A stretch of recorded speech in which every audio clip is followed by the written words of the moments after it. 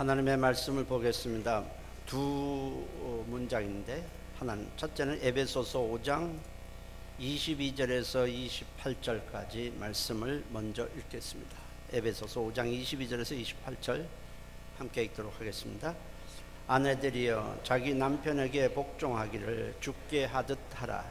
이는 남편이 아내의 머리됨이 그리스도께서 교회의 머리됨과 같음이니 그가 바로 몸의 구주시니라. 그러므로 교회가 그리스도에게 하듯 아내들도 범사에 자기 남편에게 복종할지니라. 남편들아 아내 사랑하기를 그리스도께서 교회를 사랑하시고 그 교회를 위하여 자신을 주신같이 하라. 이는 곧 물로 씻어 말씀으로 깨끗하게 하사 거룩하게 하시고 자기 앞에 영광스러운 교회로 세우사 티나 주름 잡힌 것이나 이런 것들이 없이 거룩하고 흠이 없게 하려 하심이라. 이와 같이 남편들도 자기 아내 사랑하기를 자기 자신과 같이 할지니 자기 아내를 사랑하는 자는 자기를 사랑하는 것이라. 아멘. 베드로전서 3장 1절에서 7절까지 베드로전서 3장 1절에서 7절까지를 함께 읽도록 하겠습니다.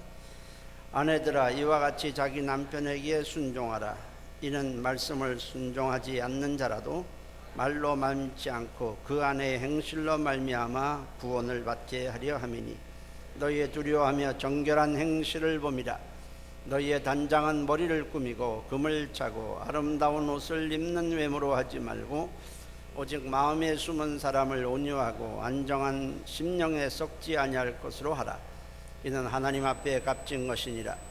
전에 하나님께 소망을 두었던 거룩한 부녀들도 이와 같이 자기 남편에게 순종함으로 자기를 단장하였나니 사라가 아브라함을 주라 칭하여 순종한 것 같이 너희는 선을 행하고 아무 두려운 일에도 놀라지 아니하면 그의 딸이 될 것이니라. 남편들아 이와 같이 지식을 따라 너희 아내와 동거하고 그를 더 연약한 그릇이요 또 생명의 은혜를 함께 이어받을 자로 알아 귀히 여기라. 이는 너희 기도가 막히지 아니하게 하려 함이라. 아멘. 오늘은 부부주일입니다. 그래서 남편과 아내의 역할에 대해서 좀 말씀을 드리려고 합니다. 미국에서는 교회에서 부부에 대한 설교를 잘 하지 않습니다. 왜냐하면 갈수록 가정의 문제가 심각해요. 그리고 깨진 가정도 많고, 그래서 부부에 대한 설교를 할 경우에 파장이 많이 일어나기 때문에 잘 안 한다고 해요. 근데 저는 그럴수록 부부에 대한 설교를 해야 한다고 생각을 해요. 그래야 뭔가 지침을 알고 어떻게 해야 되는지 알지 않겠습니까? 부부관계가 좋아져야, 아름다워져야 자녀들이 아름답게 성장을 하는 것입니다. 부부가 불화하면 자녀의 미래도 어둡습니다. 좋은 가정을 꾸려나기가 쉽지 않습니다. 마음 먹는 대로 가정을 내가 이렇게 좋은 가정을 꾸며야 되겠다고 마음 먹는다고 해서 좋은 가정을 꾸미는 것은 아니에요. 보고 배워야 하는 겁니다.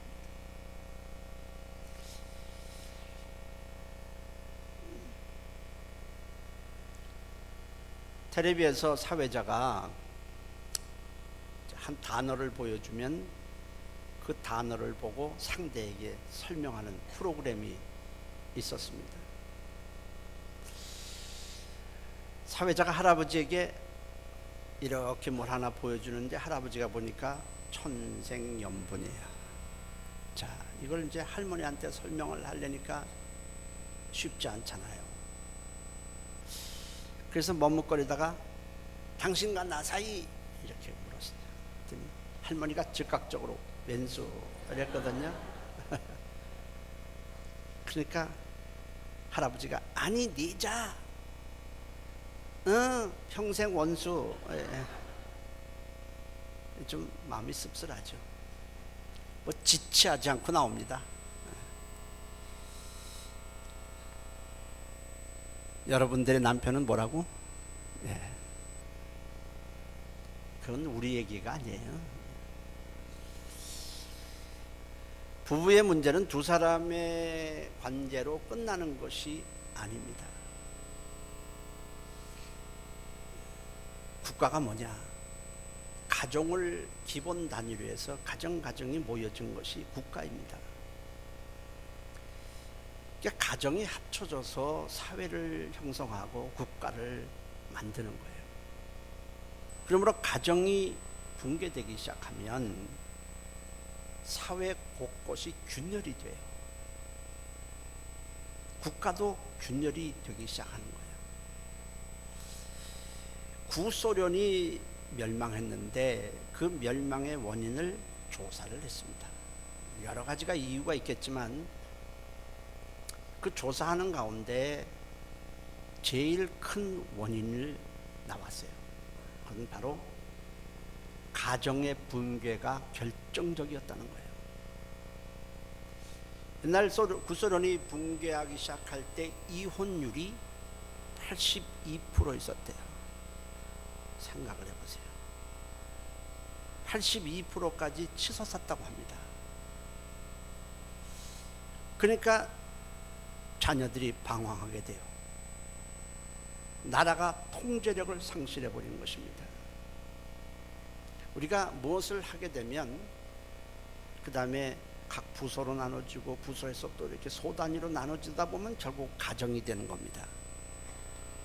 그러면 통제할 수 있는 뭔가가 있어야 되는데 자녀들은 부모의 말을 전혀 듣지 않습니다. 사회도 부부가 가정이 다 깨지고 방황하는 사람들에게 어떤 통제를 할 수가 없어요. 그러니까 나라에 무엇을 하려고 해도 이 통제가 안 되는 거예요. 그래서 결국은 구소련이 그냥 무너지고 말았습니다. 그러니까 가정의 중심이 부부인데, 자녀가 아니죠. 가정의 중심은 부부인데, 부부가 좋아지는 것은 나라의 미래와도 아주 연관이 깊습니다. 우리가 모아서 하나가 됐는데 하나가 붕괴되기 시작하고 해보십시오. 전체에 반드시 문제, 영향을 끼치게 되는 거예요.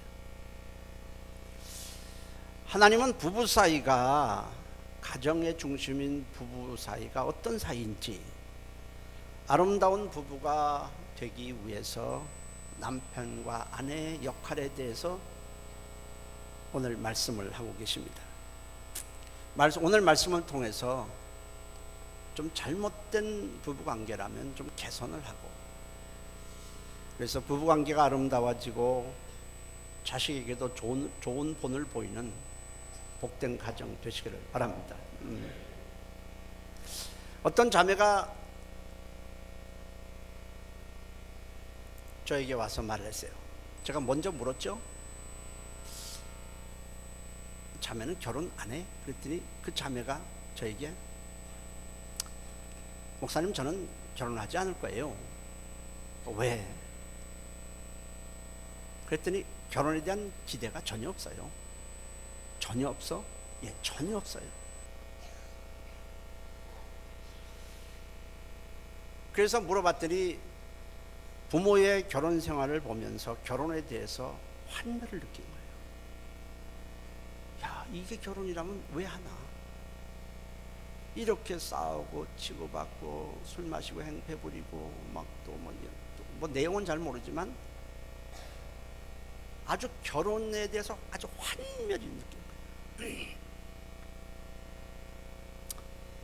부부가 불화하면 그것으로 끝나는 게 아니라 자녀들은 정서적으로 불안하게 되고 방황하게 돼요. 밖에서 혼자 놀고 있는 아이에게, 왜 집에 들어가지 않고 여기 있냐? 그러니까 집에 들어가기 싫어요. 우리 엄마 아빠는요, 맨날 싸우기만 해요. 들어가는 게 싫어요. 무서워요. 부부 문제로 끝나는 겁니다.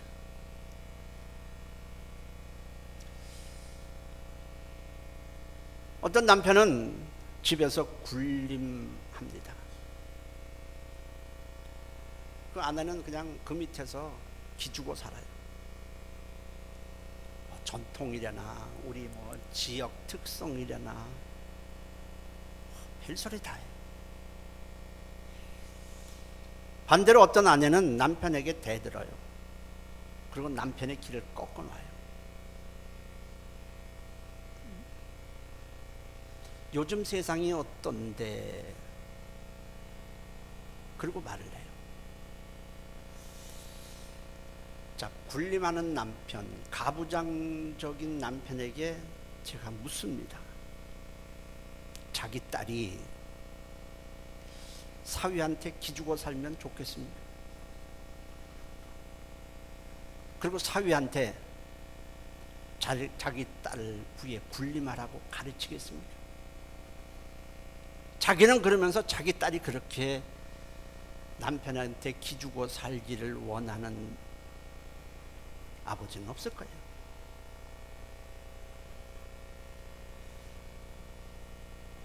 남편을 이기고 사는 그 아내들에게 제가 묻습니다. 자기 아들이 며느리한테 길을 꺾이면서 살기를 원하세요?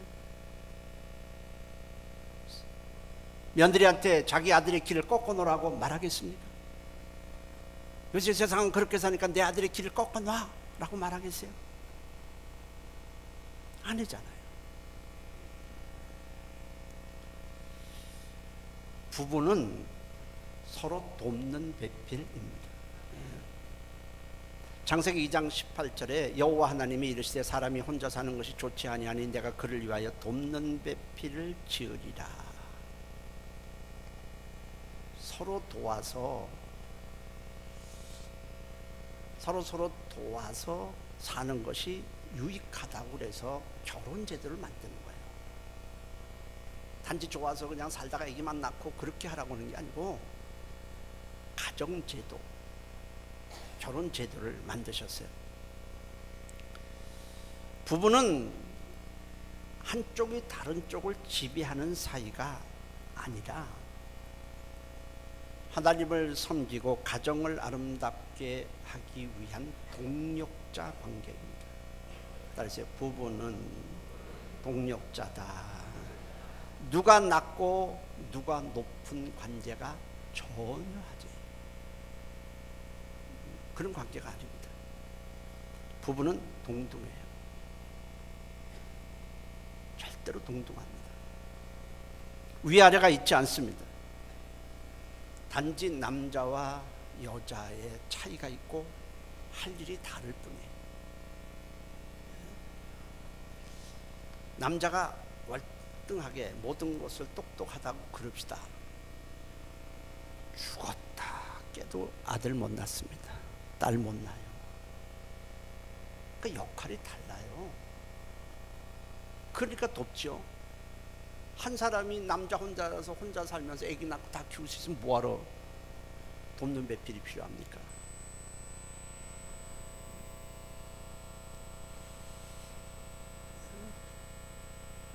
그런데 두 사람 중에 그러면 남자와 여자가 남편과 아내가 이제 두 사람 중에 하나님은 남자를 가정의 대표로 세운 거예요. 대표. 고린도전서 11장 3절 남자의 머리는 그리스도의 여자의 머리는 남자라고 했어요. 남자가 머리가 되도록 하나님이 정하셨어요. 근데 머리라고 하는 개념은 위아래 개념이 아니에요. 성경에서 말하는 머리, 회사에서 사장과 사원처럼 위아래 관계가 아니라 대표입니다. 대표.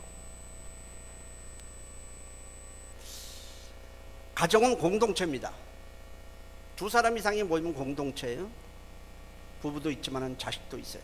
10명이 될 수도 있어요. 어느 점 자식을 많이 낳으면 10명 될 수도 있어요. 공동체에 어떤 대표를 세우지 아니하면 혼란스러워요.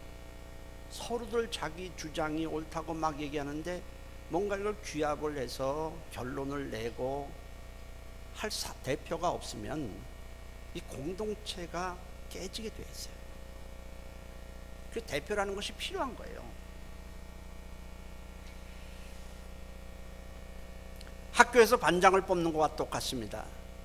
반장은 같은 학년이에요. 같은 나이예요. 같은 학생이에요. 같은 신분이 똑같아요.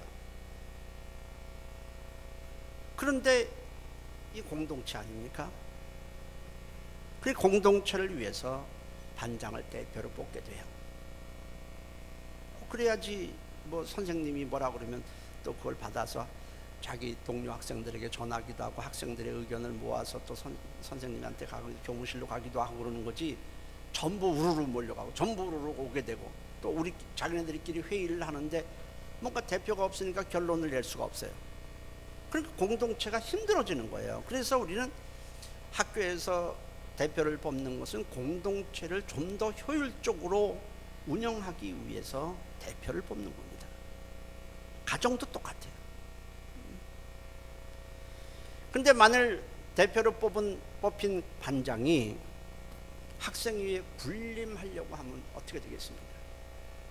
야, 내가 대표인데 너 무릎 꿇어. 이렇게 되면은 이게 문제가 심각해지는 거예요. 또 학생들도 대표를 뽑아놨는데 대표를 흔들어대는 겁니다.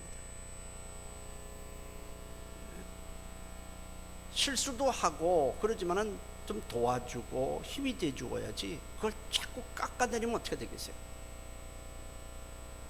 대표를 뽑아낸 사람이 완전합니까? 불완전하잖아요. 그 대표를 도와줘서 그 공동체를 아름답게 하려는 것 아니겠습니까? 반장이 군림한다고 한다는 것은 이건 거만 떠는 거예요. 그리고 반장을 자꾸 흔들어대는 것은 교만이에요.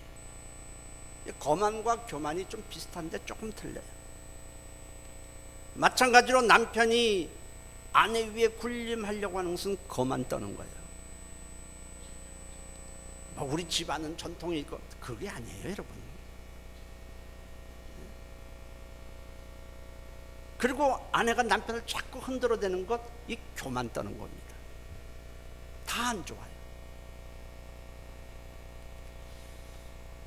우리는 하나님이 세운 질서, 이것은 한쪽이 높아지고 한쪽을 억압하려는 것이 아니에요. 아름답게 하기 위해서 질서를 세우는 거예요. 부모와 자식 간은 물론 위아래입니다. 그러나 부부간은 위아래가 아니에요. 한쪽이 군림하고 한쪽이 굴욕당하는 관계가 아닙니다. 질서를 좀 존중하면 복이 있어요. 아들이 서울에 있는 대학에 입학을 했습니다. 시골에서 농사 짓고 있는 어머니가 아들이 서울에 있는 대학을 입학했다니까 너무 기쁘고 아들이 자랑스러운 거예요. 그래서 대학에 들어간 지 얼마 시간이 지난 후에 그 어머니가 아들이 다니는 학교에 좀 가보고 싶었습니다. 근데 뭐 시골에서 농사 짓던 어머니까 얼굴도 깝잡잡하고 뭐 손도 부르트고 제대로 화장도 안 하고 뭐 옷이라야 뭐 뻔하지 않겠습니까? 시골에서는 괜찮겠지만 이 서울에서 그 옷을 입고 올라오고 막 머리도 제대로 뭐 가꾸지도 않고 올라오니까 좀 그렇잖아요. 그래서 상경에서 학교 정문에서 기다리고 있는데 아들이 애인과 팔짱을 끼고 막 저기서 나옵니다. 그러니까 엄마가 너무 기뻐서 여기 하고 손을 흔드니까 그 아들과 함께 팔짱을 끼고 나오던 그 여자가 아들에게 물어요. 저 여자 누구야?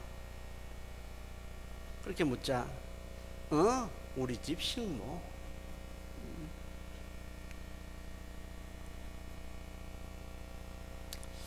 그 아들의 미래가 어떻게 될까?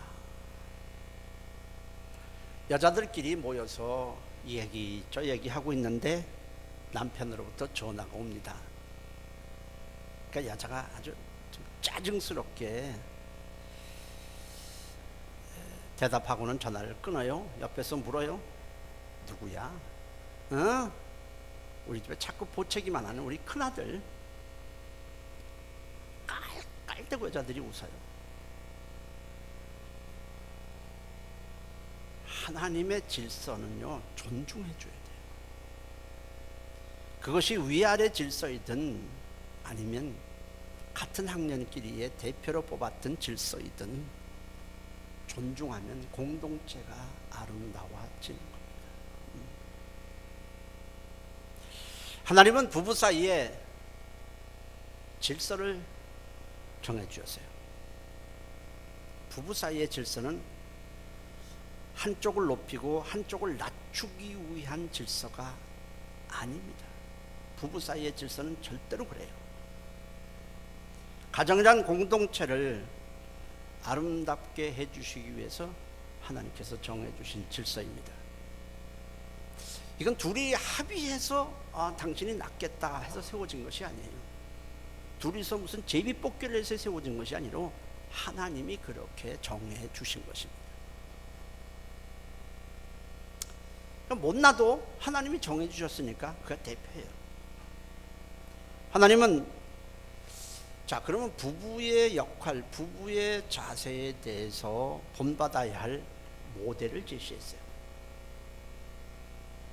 오늘 이렇게 살아야 된다, 모델을 제시하는 겁니다.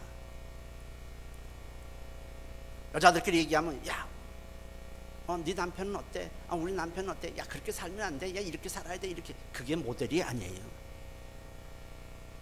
어느 지역에 가면 이렇게 살아야 되고, 어느 지역에 가면 이렇게 살아야 되고, 우리 집에는 이렇게 전통이 있고 이렇게 살아왔기 때문에 그렇게 살아야 돼. 그건 하나도 모델이 아니에요. 하나님은 부부 사이만 정해주는 것이 아니라 이렇게 살아야 한다라는 지침서도 말씀해 주셨어요. 그 모델은 그리스도와 교회와의 관계다. 그게 부부의 모델이 되어야 되고 그것을 배워라, 이렇게 말씀을 하셨어요. 누구의 말도 들을 필요 없어요. 다른 가정, 친구의 가정, 뭐 외국 가정, 무슨 가정, 전부 아니에요. 그리스도와 교회, 이것이 남편과 아내의 역할이고 자세입니다. 먼저 아내의 자세예요. 아내에 대한 얘기가 사실 남편에 대한 얘기보다 훨씬 많아요. 그것은 아내의 역할이 보다 더 중요하기 때문에 그래요. 또 섬세하기도 하고, 여자가. 에베소서 5장 22절 24절에 아내들이여 자기 남편에게 복종하기를 주께 하듯 하라. 이는 남편이 아내의 머리됨이 그리스도께서 교회의 머리됨과 같음이니 그가 바로 몸의 구주시니라. 그러므로 교회가 그리스도에게 하듯 아내들도 범사에 자기 남편에게 복종할지니라. 교회가 뭡니까? 예수를 구주로 믿는 사람들의 신앙 공동체. 신앙 공동체가 교회입니다. 여기서 단지 예배만 보는 것이 아니에요. 함께 우리가 기도도 하고 함께 믿음도 나누고, 또 어떤 사람 아픈 사람이 있으면 기도해주고, 어떤 사람이 문제가 생기면 같이 신방도 해주고, 또 내가 어려웠을 때 도움도 받고, 서로 믿음의 교제를 나누면서 믿음이 성장하고 하나님께 영광 돌리는 것이 신앙 공동체고 교회입니다. 나홀로 신앙은 굉장히 안 좋아요. 공동체에 들어가기를 거부하는 신앙은 비정상적입니다.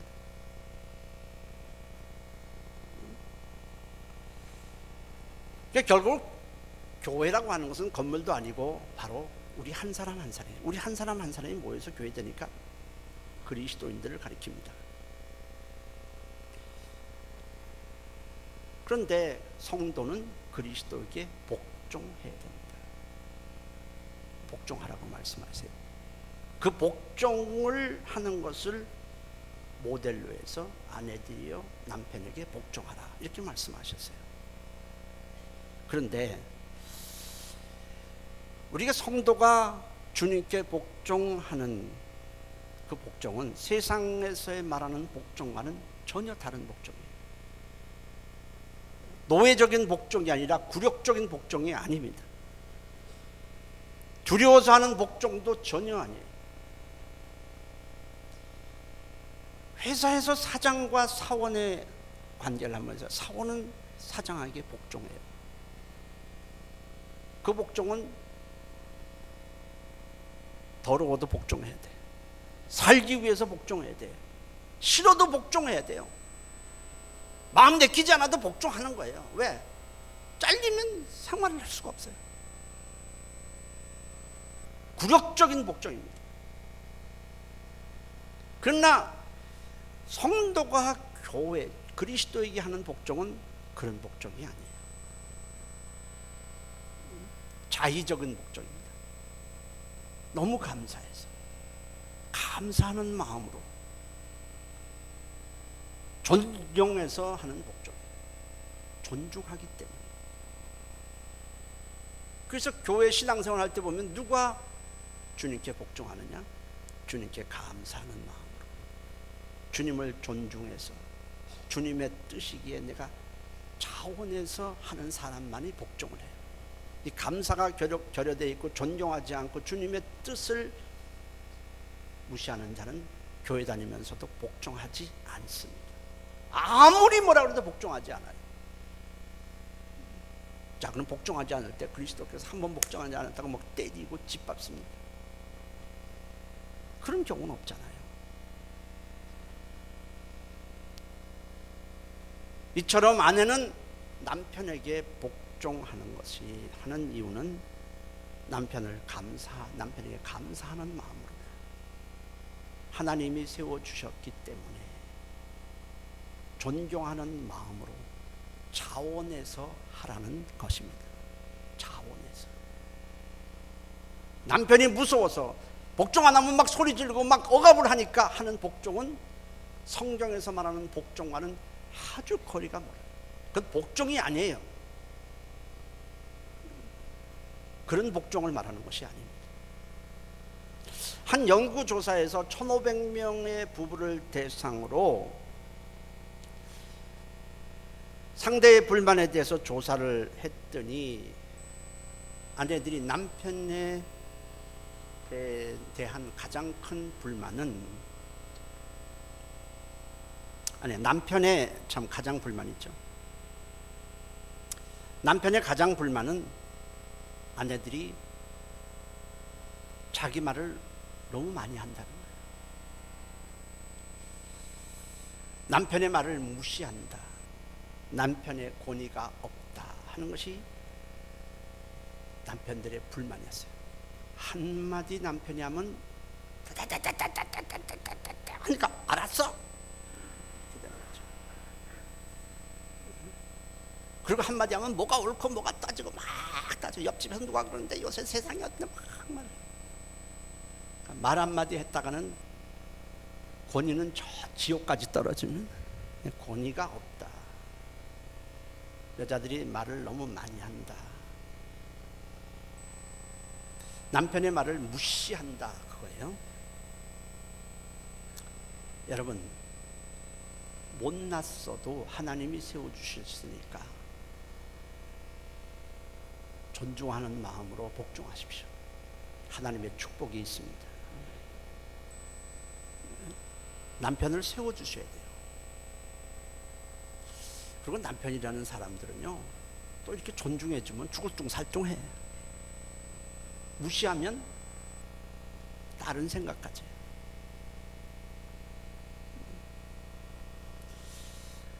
아내의 머리로 하나님이 세워주셨으니 남편의 권위는 존중되어야 돼요. 반에서 대표를 뽑았으면 그 대표가 성적이 50명에서 30등이에요. 자기는 1등이에요. 생각하는 것이나 판단하는 것이 자기가 1등이고 1등, 2등만 아주 굉장히 뛰어나도 그 반장이 뽑혔으면 존중해 줘야 되고 따라 줘야 되고 권위를 인정해 줘야 되는 거예요.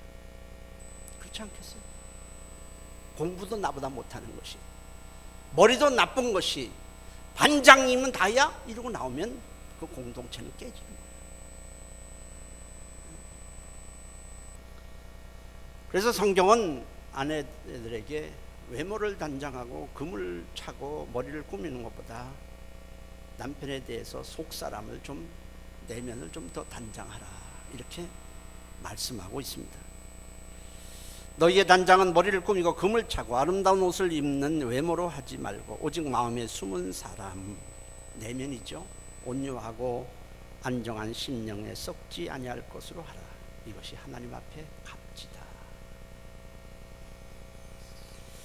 남편을 높여주고 세워줘야 되고, 사람들 앞에서 남편을 흉보고 깎아내리는 일은 절대로 하지 마세요. 남편이 가장 큰 상처를 거기서 입어요. 남편은 체질적으로 이 존경받는 것을 좋아해요. 그리고 그것이 무너지면 아주 견디기 힘들어요. 물론 여자도 그렇지만 여자는 그래도 사랑 쪽에 더 무게가 있는데 남자는 그렇지가 않아요. 그리고 남편의 자세인데 에베소서 5장 25절에 남편들아 아내 사랑하기를 그리스도께서 교회를 사랑하시고 그 교회를 위하여 자신을 주신 같이 하라. 자, 주님은 하나님의 아들이세요. 그런데 우리를 어떻게 사랑하느냐? 그리스도께서 자신을 내줬다 하는데, 우리를 사랑해서 우리를 구원하기 위해서 자신을 내놨어요. 희생했습니다. 십자가의 자리를 내놨어요. 자, 군림하는 남편들은 과연 어떨까? 그리스도의 사랑을 배워야 돼요. 주님은 우리 위에 계시지만은 절대로 우리를 윽박지르거나 군림하지 않습니다. 남편은 아내 위에 군림하지 말고 배려하고 아껴주라. 그게 성경 말씀이에요. 창세기 3장 16절에 남편은 여자를 다스릴 것이냐 했는데, 다스린다는 히브리어는 마샬이라는 뜻인데 보호하다는 거예요. 보호한다. 그래서 아마 남자에게 힘을 줬는지도 몰라요. 남편에 대한 아내의 불만을 조사했더니 가장 많은 것이 뭐냐? 가부장적인 태도라는 거예요. 아내를 무시하는 그 무례함, 그 다음에 가부장적인 것, 이것이 아내들의 가장 큰 불만이었습니다.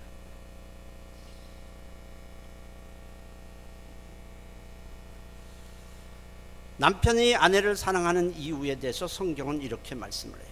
남편들아 이와 같이, 베드로전서 3장에 이와 같이 지식을 따라 너희 아내와 동거하고 그를 더 연약한 그릇이요 또 생명의 은혜를 함께 이어받을 자로 알아 귀히 여기라. 하나는 연약한 그릇이니 돌보라는 거죠. 여기다 그릇에다가 비유한 것에 대해 생각을 해보세요. 그릇이라는 말, 그릇은 애당초에 깨지기가 쉬운 거예요. 여자는 남자보다 섬세하고 장점이 많아요. 그 대신 반면에 참 깨지기가 쉬워요. 아침에는 천국 갔다가 오후에는 지옥 갔다가, 감정도 얼마나 잘 깨지는지 몰라. 남편이 집에 들어오니까 우울해. 왜? 몰라. 왜? 몰라. 살고 싶지 않아. 내가 뭐 잘못해서 몰라. 환장해. 남자도 어떻게 하란 말이야.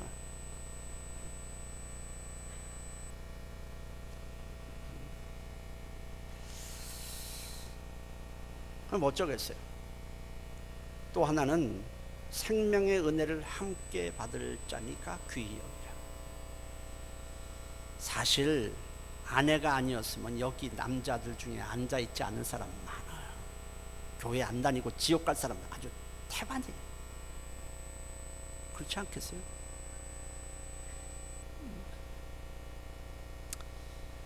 아내의 기도가 아니었다면 오늘날 이렇게 하나님의 도우심을 받고 살지도 못합니다. 그래도 아내들이 계속, 그래도 그래도 핍박받으면서도 교회 나가서 부르짖고 그래도 어떻게 하든지 남편을 위해서 기도하니까 그렇게 해서 교회 나오는 거지. 그러니까 아내를 고맙게 생각해야 돼요. 아내를 귀히 여겨서 기도가 막히지 않도록 해야 합니다. 그러니까 아내가 교회 예배하고 가서 봉사하고 기도하는 거 이거 막아서는 안 돼요. 남자들 그거는요 굴림도 아니고 하나님 앞에 아예 대적하는 거예요. 그 아주 좋지 않은 남편의 쓸데없는 무례함이고 고집이고 그런 거예요.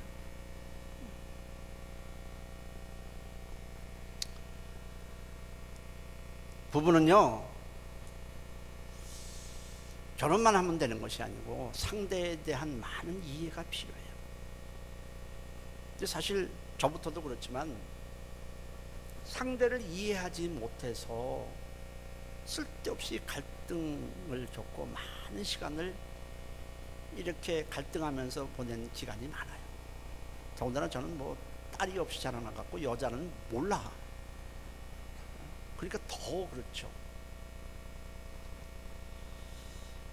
근데 남자 뭐 남매가 자라난다고 해서 상대에 대해서 아는 건 아니에요. 남자도 여자에 대한 이해가 부족하고 여자도 남자에 대해서 이해가 참 부족한 것을 제가 보게 돼요. 왜냐하면 제가 상담을 해보면 여자분들이 상담을 해보면 막 뭐 남편이 이래야 되는 거 아니에요 막 얘기하는데 보면 정말 몰라요. 남편에 대해서 남자에 대해서 정말 몰라요. 그 상담을 하는 경우에 제가 상담의 거의 60, 70%를 남자는 이렇습니다 라고 얘기를 해주는 것이 상담의 5, 60%가 돼요. 그러면 목사님도 그래요? 내가 뭐 중성이냐? 저도 보편적인 남자거든요. 그래서 얘기를 하면 아 그래요? 그럼 남자들이 다 그런 거예요? 예. 그럼 알았어요. 그리고 어떤 사람은 그냥 나가. 너무 모르니까 모르는 것 때문에 쓸데없는 갈등을 너무 많이 합니다. 남자들도 그럼 여자에 대해서 아느냐? 더 모르죠. 여자는 연구 대상이니까. 복잡 미묘 그 세계는 내가 평생을 연구해도 몰랄 만큼 굉장히 신출 복잡 미묘 다닥. 남자의 머리로서는 여자를 이해한다는 게 더 힘들어. 그래도 여자가 남자를 이해하는 게 빠릅니다.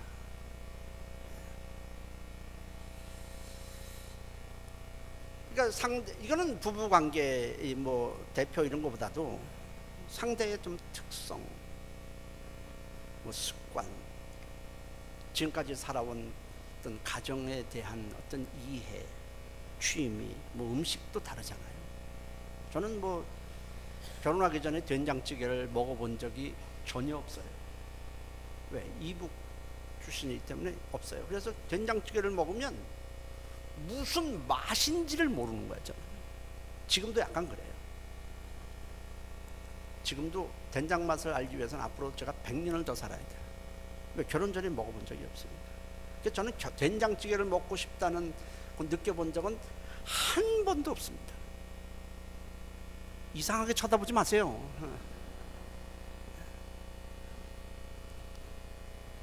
어떤 사람은 싱겁게 먹고 짜게 먹고 이제 이런 것들이 있잖아요. 음식 습관도 그렇고 취미도 그렇고 상대가 무엇을 어떤 성격도 그렇고 좀 이해하는 게 필요해. 이해하면은 갈등하지 않을 것인데 이해 못하니까 갈등을 하는 거예요. 그래서 사실은 결혼 전에 이런 것들에 대해서 조금 더 숙지를 해야 되는데 그냥 막 사랑하면 다 되는 줄 알아요. 근데 딱 들어가서 살다 보니까 그런 것들이 다 노출이 되는 거예요. 그러면서 갈등하기 시작해요. 근데 사실은 갈등을 하지 않아도 될 것이 상당 부분 있습니다.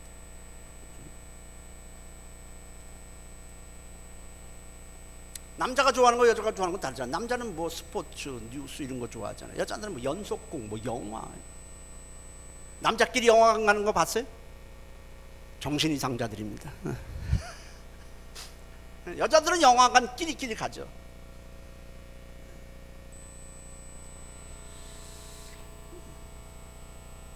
여자는 뭐 생일, 결혼기념일 이런 거 잘 챙겨요.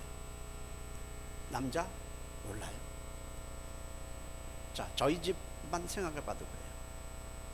저는 결혼 전에 생일이라는 것을 귀하게 여겨본 적이 없어요. 전혀 없어요. 제 생일에도 관심이 없어요. 왜? 제 생일이 설날이에요.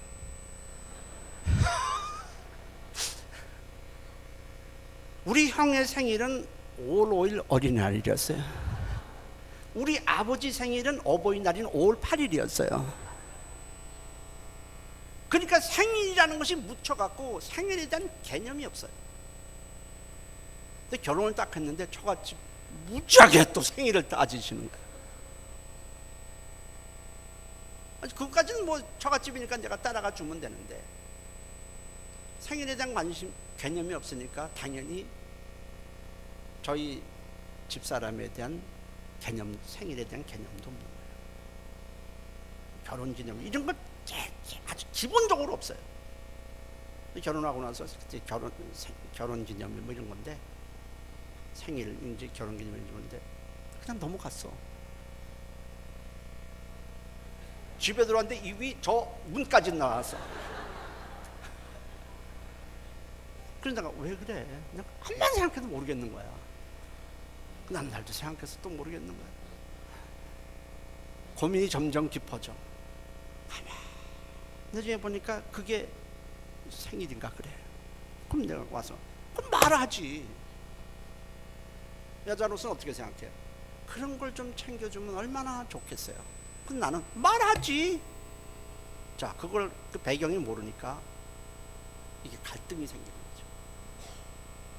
좀 알았다면 내가 그냥 달력이 오자마자 그냥 옛날에는 한 장씩 뜯는 달력에다 시커멓게 칠해놔 놓지. 또 그것도 안 보겠지만. 자, 우리 교회 가만히 보세요. 다른 교회는 해마다 그 교회 창립일에 뭐 부흥회도 하고 그거를 뭐 행사를 합니다. 저 28년 된 우리 교회에서 몇 주년 행사한 거 본 적 있는 사람 한 번도 없어요. 왜? 개념이 없으니까. 그럼 우리 성도들이 개념이 있으니까 좀 해주면 좋을 것 같은데 우리 성도들 아무 말 안 해. 그러니까 우리는 몇 주년 됐는지도 몰라. 장로들은 더 웃겨. 그래, 장로들부터 갈아야 돼.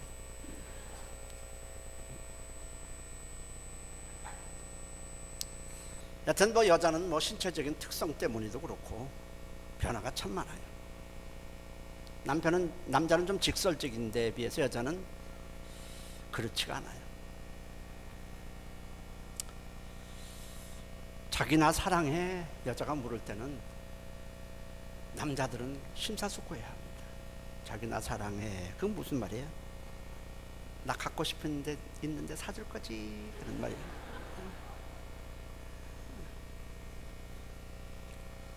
자기 나 얼만큼 사랑해 그 물을 때는 나 비싼 거 샀는데 괜찮지 그런 말이에요.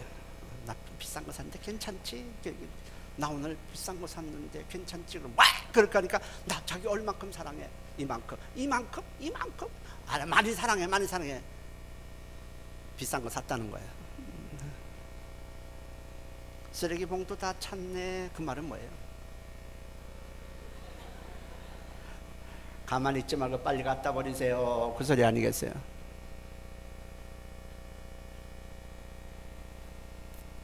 여하튼 갈등 없는 부부는 없어요. 갈등을 잘 해소하는 부부가 되시기를 바랍니다. 그리고 여러분들의 가정의 행복 지수가 좀 높아졌으면 좋겠어요. 행복 지수가 높아지기를 원하세요? 안 원하세요? 내 비결을 알려드리려고 하는 거예요. 원해 안 원해? 아 크게 해봐. 원해 안 원해? 예. 뭐 별로 큰 비결은 아니지만 자, 이 행복 지수가 만점이 100이라고 가정을 했을 때에 여러분들의 생각하는 가정의, 우리 가정의 행복 지수는 어느 정도라고 여러분들은 여기세요? 여러분 다 다를 거 아니겠어요? 어떤 사람은 80, 어떤 사람은 90, 70, 50.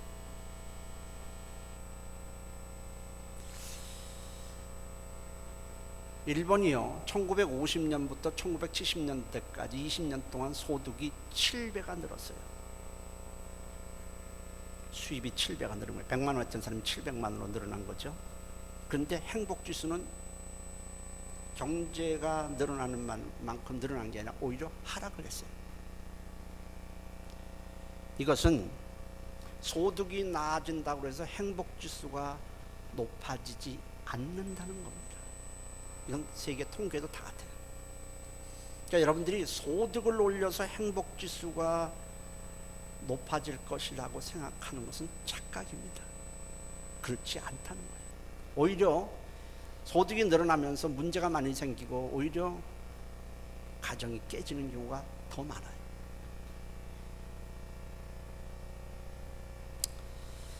행복지수라는 것은 바라는 것에 대한 성취도를 비율로 해서 나누는 거예요. 무슨 말인가 하면, 자식이 학교에서 내가 80점을 맞았으면 하고 기대를 해요.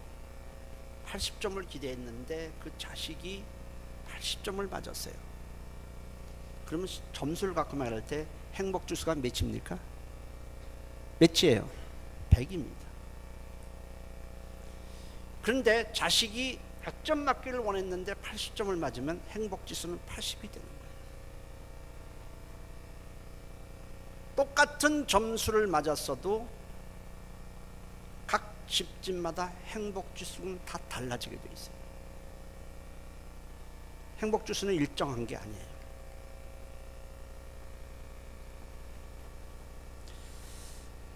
행복지수가 높아지려고 할 때에 여러분들이 상대에 대한 기대치를 낮추면 행복지수는 올라갑니다. 여러분들이 남편에 대해서, 아내에 대해서, 자식에 대해서, 또 나아가서 목사에 대해서 바라는 점수는 몇 점입니까? 100점? 그 사람은 행복지수가 언제나 낮아요. 그렇지 않겠어요? 세계에서 행복지수를 조사해 보면, 지금 뭐 부탄이란 나라가 그렇지만 한때 방글라데시가 1위였었어요. 그들은 배우지 못했어요. 못 배운 사람들이 대부분이에요. 소득도 별로 없어요. 경제 상황도 별로 좋지 않아요. 근데도 행복지수는 높아요. 왜? 기대치가 낮기 때문에 그래요. 근데 우리가 많이 배우고 소득이 올라가면 기대치가 굉장히 높아지면서 오히려 행복지수가 떨어지는 걸 볼 수 있어요. 여러분들이 남편에 대한 기대치를 낮추세요. 그러면 순식간에 행복지수가 상승합니다. 아내에 대한 행복 기대치도 낮추세요. 자식이 1등하기를 원치 말고 낮추세요. 그러면 감사하는 마음이 생기고 여러분들 행복지수가 올라갑니다. 그래서 제가 상담을 하면서 느끼는 것은, 이 집은 모든 여건이 떨어지는데 행복지수는 굉장히 높아요. 부인한테 그 여자 집사님이 그래요. 전 너무 감사해요. 너무 감사해요. 그래서 쫙 얘기를 해요.